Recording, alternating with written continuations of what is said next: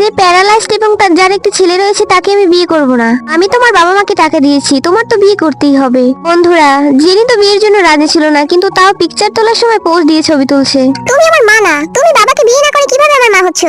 এই দেখো, আমার কাছে ম্যারেজ সার্টিফিকেট রয়েছে। আমি তোমাকে মা হিসেবে মানি না। ওয়াও, কত বড় ঘর! আরে আমার তো কপাল খুলে গেছে। এই বাড়িটা আমি তোমার নামে করে দিয়েছি। কি, আমার নামে? আর এটা শোরুমের ডকুমেন্ট। তুমি আজকে থেকে আমার ছেলের শোরুম সামলাবে। আপনি চিন্তা করবেন না, আমি সবকিছু ঠিক মতো সামলে নেব।